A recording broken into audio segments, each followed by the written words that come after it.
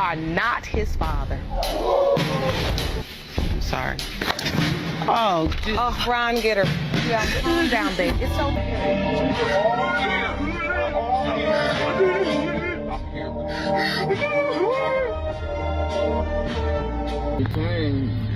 Oh, there they are right there, babe. Two girls. Of course they crash. Girls don't know how to drive.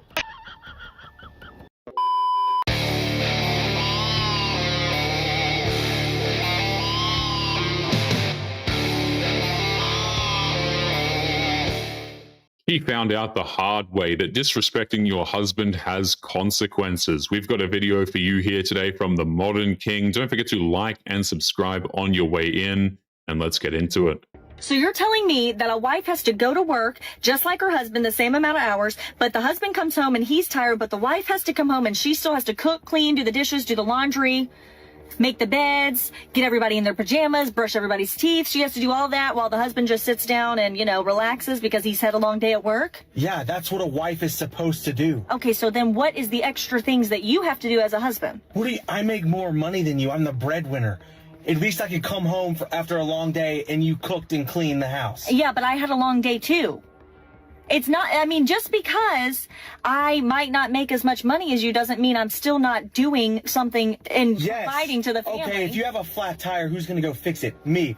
I don't have a flat tire every day. This whole notion that husbands just work, then come home and do nothing is absolutely absurd. And even if they did, by the way, who the hell cares? At least they're out there working and providing for their families. I'm so sick of this attitude that a lot of modern women have. She's trapped under the vehicle. I can't get it off. Mommy! The deputy tries to comfort the young boy. Come here, buddy. Come here. What happens next is superhuman. The body cam goes to black as the deputy lifts the 3,500-pound SUV to free the woman. You hear him grunting at the top of his lungs. I'm trying to get out. Is your head clear? It worked. And here is that hero today, Deputy John Holt of the Gloucester County Sheriff's Department. Men are physically stronger than women. That's just a scientific fact. And a man like this is using his strength to save a child. But the irony is that modern women on the internet hate men so much that they will still find a reason to bash this cop for doing the right thing. As a gay man with a lot of girlfriends, the two most common complaints I hear from my single friends is, one, that apps have ruined dating because guys never go up to girls anymore to ask them out, which they think is cool if guys have the confidence to go up to them. And the number two thing that they complain about is that it's creepy when guys go up to them because they're just trying to have a fun night with their girlfriends out at the bar. So do with that information what you will, and good luck in the dating world.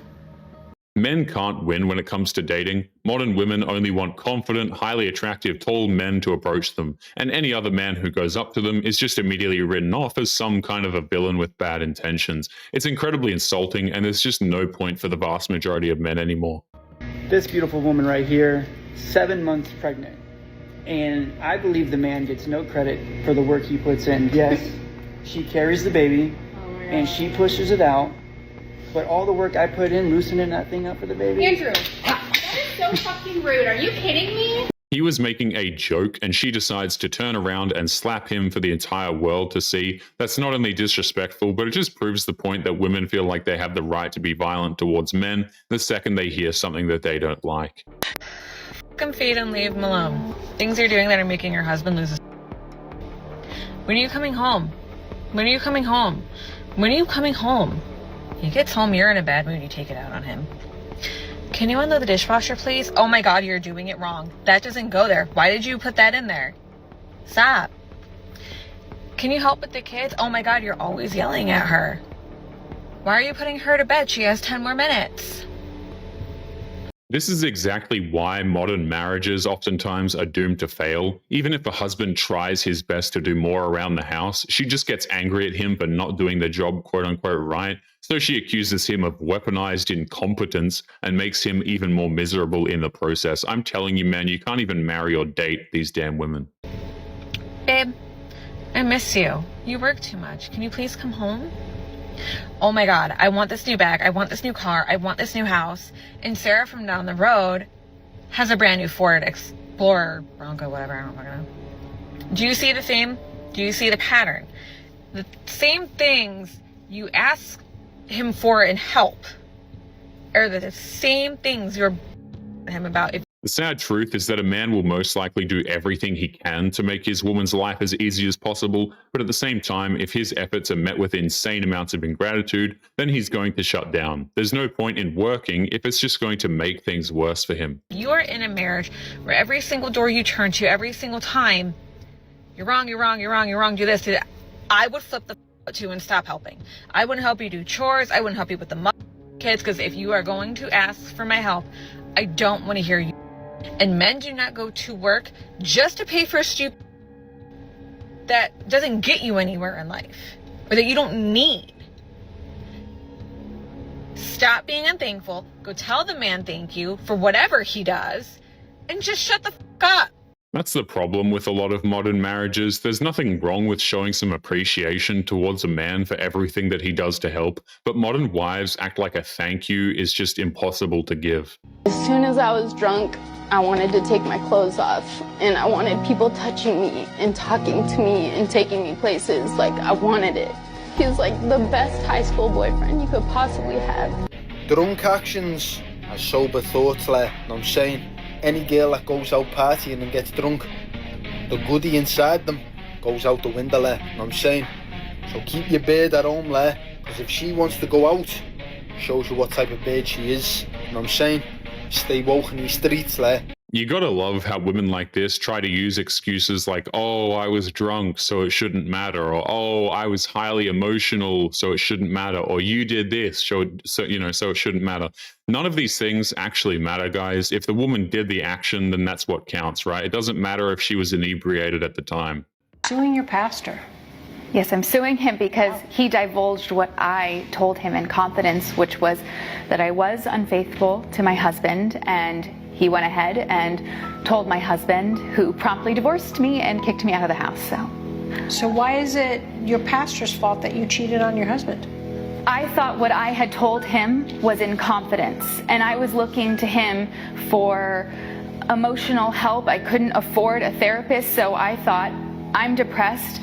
She's depressed, so she spilled the beans of her cheating to her pastor. At this point, she's already proven how little she respects the sanctity of marriage, and she thinks suing her pastor is a great way to avoid accountability for her infidelity. Ridiculous. And did he help you? He said that honesty is the best way to make myself feel better. And so he said, you have a month, tell your husband.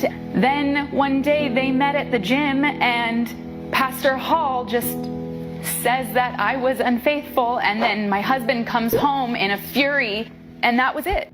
He gave her plenty of time to be honest with her husband, but she clearly had no intention of telling her husband that she cheated on him. Her husband had every right to be furious over what she did, but she's trying to pass the buck onto a third party. Absolutely disgraceful. An accurate depiction of today's society. Look behind me. Two beautiful women cooking in the kitchen while the men follow me. Sit outside and talk. Drink their coffee and just wait for their food to be ready. And that's how the world is meant to be. Now shut up and get back in the kitchen. This is the problem with today's society. Whenever a woman sees something that makes her angry, her first impulse is to grab her phone and record herself trying to shame the people around her, as if that's somehow supposed to be productive. This is a video to the guy who flaked on me on our date. I just wanted to show you what I was going to bring to you. Now you're ghosting me last minute. So weird. So childish. So, I'm Latina. I got you some tacos. Really good. From my favorite tacos place.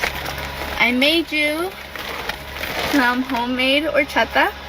What's funny about the whole current dating situation and modern womanism and everything like that is that you will have women like this who may or may not actually be nice women with good intentions getting completely screwed over because men just don't want to date any women anymore. You know, this is the funny part, but this is also the sad part, guys, is you'll have women who are out here like, yeah, I want to find a husband, you know, I haven't been with any dudes and I want to find a serious man. And then none of the men even want to date anymore. It's just so gone beyond recognition. Agua horchata, because you said you liked that, and I made it. And some Mexican corn muffins with honey butter. Handmade.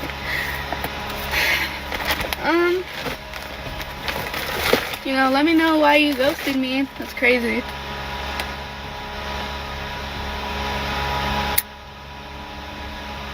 I already crashed out, you guys, but damn.